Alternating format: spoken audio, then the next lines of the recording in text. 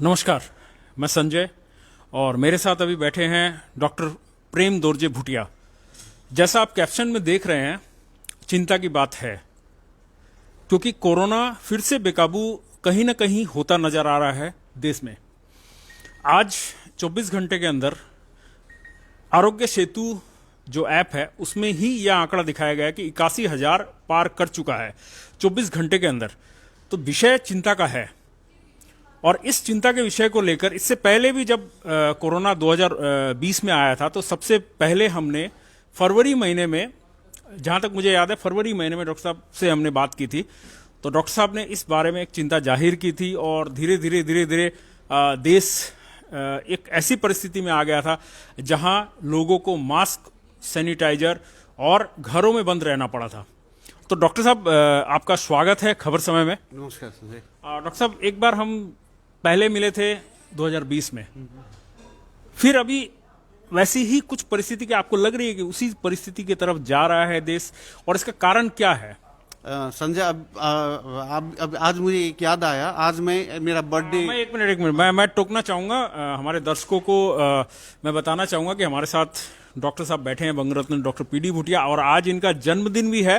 अगर आप चाहते हैं तो आप हमारे कमेंट सेक्शन में ये बधाई भी दे सकते हैं, क्योंकि डॉक्टर साहब एक कोरोना वॉरियर भी हैं जिन्होंने इस कोविड के दौरान में बहुत सारे लोगों की मदद की है, उनका इलाज किया है। तो डॉक्टर साहब, खबर समय की टीम की ओर से भी आपको जन्मदिन की ढेरों शुभकामनाएं। बहुत बहुत धन्यवाद संजय। आज मैं आज सोचा कि मैं थोड़ा सा मेरा बर्थडे थोड़ा हट के कुछ दूसरा तरह से मनाऊंगा। तो मैंने क्या किया, सुबह थोड़ा सा क्लिनिक करने के बाद रास्ता में गए और वहाँ पे मास्क जो है, नॉर्मल मास्क मैं डिस्ट्रीब्यूट कर रहा था। तब मुझे एक चीज़ याद आया। एक ट्रक गुजर रहा था वहाँ, ट्रक वाले वहाँ ऊपर से मुझे ये दिखाया कि हमको बोला कि हाथ बढ़ाया, मैंने मास्क दिया। तो मुझे एक पिक्चर याद आया कि लास्ट ईयर भी मैंने ऐसे किया था। तो ये जो पहली 2020 में 30 जनवरी को फर्स्ट केस हमारे यहाँ आया था, तो क्या हुआ कि वो दिन आज फिर याद आया कि मैं आज जब मास्क डिस्ट्रीब्यूट कर रहा था, नहीं फिर से शायद हम लोग वहीं बैक रिवर्स वहीं पे हम जा रहे हैं वापस। और तो ऐसा है कि अभी हम लोग 2020 में जो प्रॉब्लम था उससे थोड़ा सा उभर के आ रहे थे, पर अभी कुछ हद तक फिर से केस बढ़ रहा है। तो डॉक्टर साहब, अभी तो जैसे कोरोना की वैक्सीन भी आ चुकी है, तो वैक्सीन के बाद अब और क्या आना बाकी है जिसको लेकर हम चिंता न करें? क्योंकि वैक्सीन आ चुकी है, अब हिसाब से तो लोगों को चिंता करने का विषय नहीं है, मगर अभी भी क्या वजह है कि हमें चिंता करनी पड़ रही है? जैसे हम पहले से शुरू से बोल रहे हैं कि हम लोग लास्ट ईयर जितने भी एक्सपर्ट है, जो मेडिकल फील्ड में है, जो इसका ऊपर जो रिसर्च कर रहे हैं, सबका एक ही दावा है। जो पॉलिसी मेकर्स है उन लोग का भी एक ही दावा है कि हम लोग वैक्सीन आए, दवा आए, कुछ भी आए, हमको 3 चीज मान के चलना है। वो 3 चीज है फिजिकल डिस्टेंसिंग, हैंड हाइजीन, हाथ को साफ सुथरा रखना, और मास्क पहनना। ये 3 चीज हम लोग सब भूल गए हैं हम लोग। और भी क्या बोलेंगे, अब वैक्सीन आ गई, हम लोग मास्क क्यों पहने? वैक्सीन आ गई, हम लोग अभी डिस्टेंस मेंटेन क्यों करें? वैक्सीन आ गया, अभी हम लोग हैंड हाइजीन क्यों मेंटेन करें? इसका शायद यही रीजन है। क्योंकि देखिए संजय जी, अभी जितना भी मेडिसिन, जितना भी ड्रग्स, जितना हाइड्रोक्सीक्लोरोक्विन बोलिए, रेमडेसिविर बोलिए या टोसिलिजुमैब, कोई भी दवा है, वो सब अभी ट्रायल में चला, जो भी हुआ। अभी जो वैक्सीन है, वैक्सीन भी एक इमरजेंसी लॉन्च है ये, क्योंकि पूरा विश्व को ये महामारी अचल किया हुआ था। तो एक इमरजेंसी लॉन्चिंग का तौर पे इसको लॉन्च किया गया, सो दैट कि ह्यूमन लाइफ, ह्यूमन सिविलाइजेशन को बचा सके। तो अभी भी ऐसा पुख्ता सबूत नहीं है कि ये पूरा वैक्सीन लेने से एकदम बीमार यहाँ से चला जाएगा। अभी तो वैक्सीन का प्रक्रिया है, और वैक्सीन होने का बाद आदमी प्रोटेक्ट होगा, पर जो इन्फेक्शन है वो तो है ही, होगा ही, क्योंकि वैक्सीन से आपको प्रोटेक्ट करेगा। वो प्रोटेक्शन कब आपको, जैसे वैक्सीन लेने का बाद 29 to 30 days, at the most 45 days बाद आपको इम्यूनिटी डेवलप होगा। After second dose of the vaccination का 45 दिन बाद आपको एंटीबॉडी जो डेवलप होगा, वो भी 70 से 90%। तो चांसेस तो है ही इसका। तो आपको क्या लगता है, ये जो आंकड़े जो बढ़ रहे हैं डे बाय डे, ये क्या इसमें और वृद्धि की संभावना है या कमेंगे? देखिए वैक्सीन का प्रक्रिया तो हम लोग को थोड़ा सा ना अभी जैसे वैक्सीन का प्रक्रिया चलते चलते वैक्सीन को स्पीड अप करना तो जरूरी है। साथ साथ हम लोग को ये 3 चीज social distancing, hand hygiene, mask को व्यवहार करना बहुत जरूरत है, नहीं तो ये केस और भी बढ़ सकता है। जैसे अभी सेकेंड वेव या थर्ड वेव का बात कर रहे हैं और नया स्ट्रेन का बात कर रहे हैं, तो ये वायरस अभी भी गया नहीं है। हम लोग सब लापरवाही बरते हैं, इसीलिए ऐसा हो रहा है। तो डॉक्टर साहब, लापरवाही की बात यह है कि पब्लिक जैसे समझ नहीं रही है, प्लस क्या है, जो सरकारें हैं या जो गवर्नमेंट है, कहीं ना कहीं उसमें जो लोग बैठे हैं वह भी, चाहे वह किसी भी बहाने हो, चुनाव का बहाना हो या जो भी बहाना हो, उसमें तो वो कहीं ना कहीं प्रोवोक तो कर ही रहे हैं पब्लिक को, तो वो कहीं ना कहीं उसमें यूटिलाइज कर ही रहे हैं। तो आखिर समझाएगा कौन, जनता को कौन समझाएगा? नहीं, मैं एज अ डॉक्टर तो मैं बोलता हूँ कि पॉलिटिकल विल क्या है वो तो उसका तो हम बात नहीं करेंगे, पर एज अ डॉक्टर मैं बोलना चाहता हूँ कि देखिए जैसे जब हम बात कर रहे हैं कि सोशल डिस्टेंसिंग, हैंड हाइजीन और मास्क का, तो ये सब जगह में लागू होना चाहिए। ऐसे नहीं कि आप पॉलिटिकल गैदरिंग है वहाँ नहीं हो और ब्याह शादी में आप इम्प्लीमेंट कर, ऐसे नहीं होना चाहिए। फिर भी अभी देखिए the life must go on. ये जो गणतांत्रिक देश में जो चुनाव का प्रक्रिया, इसको भी रखना बहुत जरूरी है, ये भी एक इम्पॉर्टेंट इश्यूज है, पर not at the cost of human life. क्योंकि चुनाव आयोग ने भी कुछ नियमावली प्रकाशित की है, नियम बनाए हैं, उन नियमों को भी कहीं ना कहीं लगता है कि माना नहीं जा रहा है। हाँ, मैंने भी पढ़ा था, कुछ नियम बनाए हैं जैसे कि डिस्टेंस मेंटेन करना, मास्क पहनना, एक जब भी मीटिंग वीटिंग होगा तो वहाँ पे एक सोशल डिस्टेंसिंग जो है, और वहाँ पे हैंड हाइजीन के लिए ये सब व्यवस्था करना शायद सब जगह हो रहा है, नहीं हो रहा है तो उतना तो शायद मेंटेन नहीं हो रहा है। क्योंकि अभी देखिए इसको अगर स्ट्रिक्टली गाइडलाइंस नहीं मानेंगे तो ये केस और भी बढ़ सकता है। सिलीगुड़ी की क्या परिस्थिति है, आपको क्या लगता है? अब सिलीगुड़ी में देखिए, मैं बाकी डॉक्टर का तो बात नहीं, मैं अपना लास्ट वीक 7-10 दिन का बात कर रहा हूँ। 7-10 दिन में मेरा अंडर में होम केयर में 10 से 12 पेशेंट है अभी भी। आज भी मुझे 4-5 पेशेंट का फोन आया, 4-5 पेशेंट का पॉजिटिव है, वो लोग सिम्टोमेटिक है पर होम आइसोलेशन में घर का इलाज ले रहे हैं। तो अगर कम्युनिटी में 1 या 2 केस है तो it's kind of tip of iceberg, उसका नीचे शायद बहुत केस होगा। तो 1-2 ही ऐसे सामने खुल के आ रहा है। और अभी बहुत सा लोग ऐसे है ना कि मैं तो सबको बोल रहा हूँ कि आप लोग रैपिड टेस्ट नहीं करें, क्योंकि बहुत सा जगह में देखा घर घर में रैपिड टेस्ट कर रहे हैं। रैपिड टेस्ट करने से गवर्नमेंट के पास रिकॉर्ड नहीं जा रहा है। रैपिड टेस्ट तो एक जस्ट एक ऐसा है कि जो अगर हॉस्पिटल में किसी का इमरजेंसी सर्जरीज है, किसी को डिलीवरी करना है, तभी रैपिड टेस्ट करने के लिए बोला था। पर अभी बहुत सा लोग कहाँ से पता नहीं अरेंज करके रैपिड टेस्ट कर रहे हैं, तो वहाँ पे पॉजिटिव होने का तो घर में इलाज ले रहे हैं। पर ये ऐसा करने से क्या होगा, जो आंकड़े हैं वो पता नहीं चलेगा। RT-PCR करने से वो रिकॉर्डेड एक रिकॉर्ड रहेगा, उससे आंकड़े को आप ये कर पाएंगे।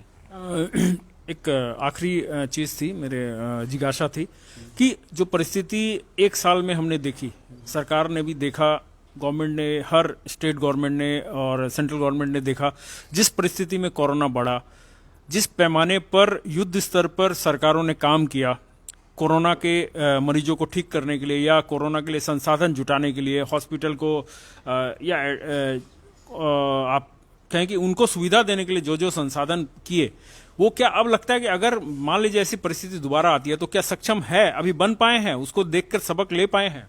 देखिए, अगर आप देखेंगे तो 30 जनवरी में फर्स्ट केस हमारा देश में आया था, तब हम लोग कुछ तैयार नहीं थे। हम लोग का पास N95 मास्क नहीं था, PPE किट नहीं था, आइसोलेशन वार्ड नहीं था, कोविड को लेके वेंटिलेटर नहीं था। पर उसका बाद क्या हुआ, ये 6-8-10 महीना में पूरा भारत तैयार हो गया। अब हम लोग यहाँ से PPE किट बाहर भी सप्लाई कर रहे हैं। मास्क जो N95 मास्क है वो भी अभी इतना शुरू में देखिए, एक N95 मास्क का 1000 रुपये का बिक्री हो रहा था, अभी आप 30-40 रुपये में मिल रहा है। एक मास्क जो मैं पहना हूँ, ये मास्क का भी 30-40 पैसा, 1 रुपया 1.5 रुपया में मिल रहा है। ये मास्क का भी क्राइसिस था। तो अभी क्या हुआ कि देश, हमारा देश आत्मनिर्भर तो हो गया है, क्योंकि आप अभी यहाँ पे कोविड सेंटर हो गया है, वेंटिलेटर एडिक्वेट हो गया है, आप जो डॉक्टर्स लोग के लिए, पैरामेडिक्स के लिए जो PPE किट था वो भी अभी एडिक्वेट हुआ है।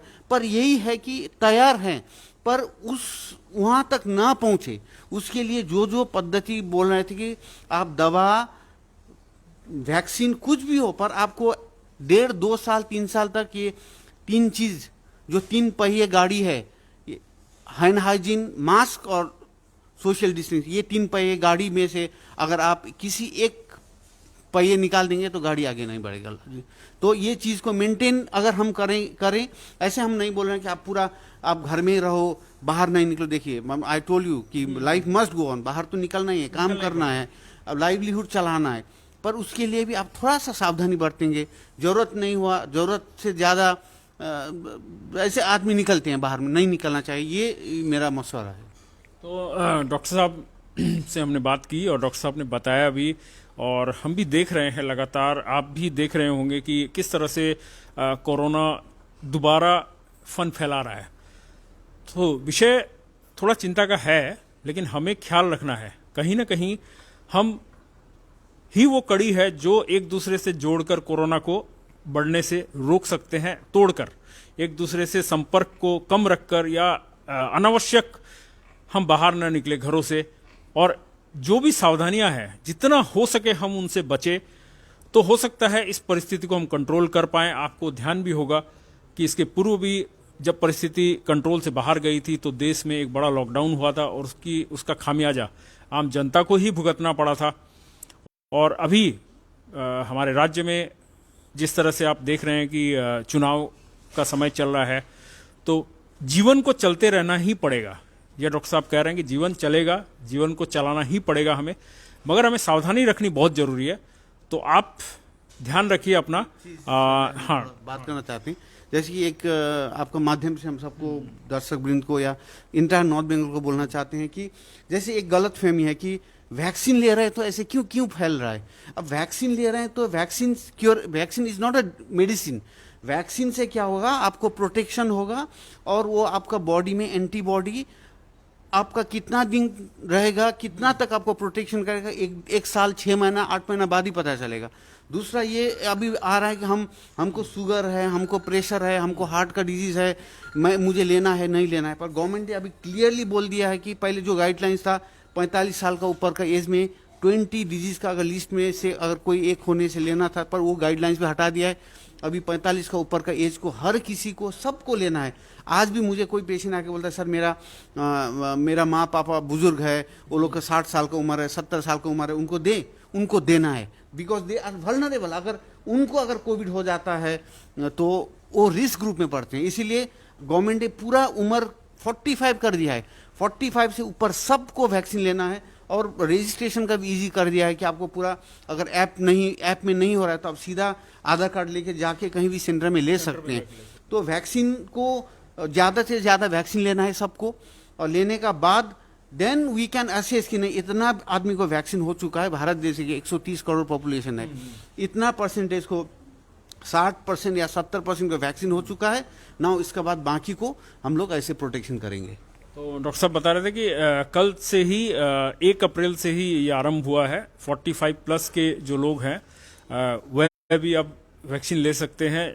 पहले यह था नियम कि जो 20 जो डिजीज है, क्रिटिकल जो डिजीज है, उन्हीं लोगों को मिलेगा 45 से 60 के बीच के जो आयु है उनको, लेकिन अब 45 के ऊपर के सभी लोग ले सकते हैं।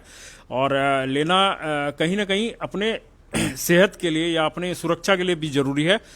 तो हमारा फर्ज, आप जानते हैं खबर समय हमेशा जनता के हित की बात करता है, जनता के हित की बातों को दिखाता है।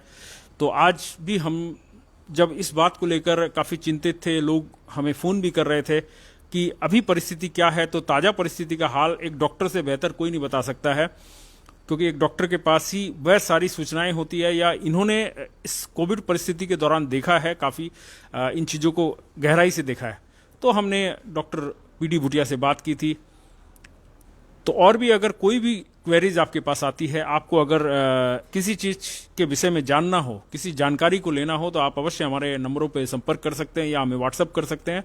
और आप यूं ही देखते रहिए हर समय खबर समय। धन्यवाद।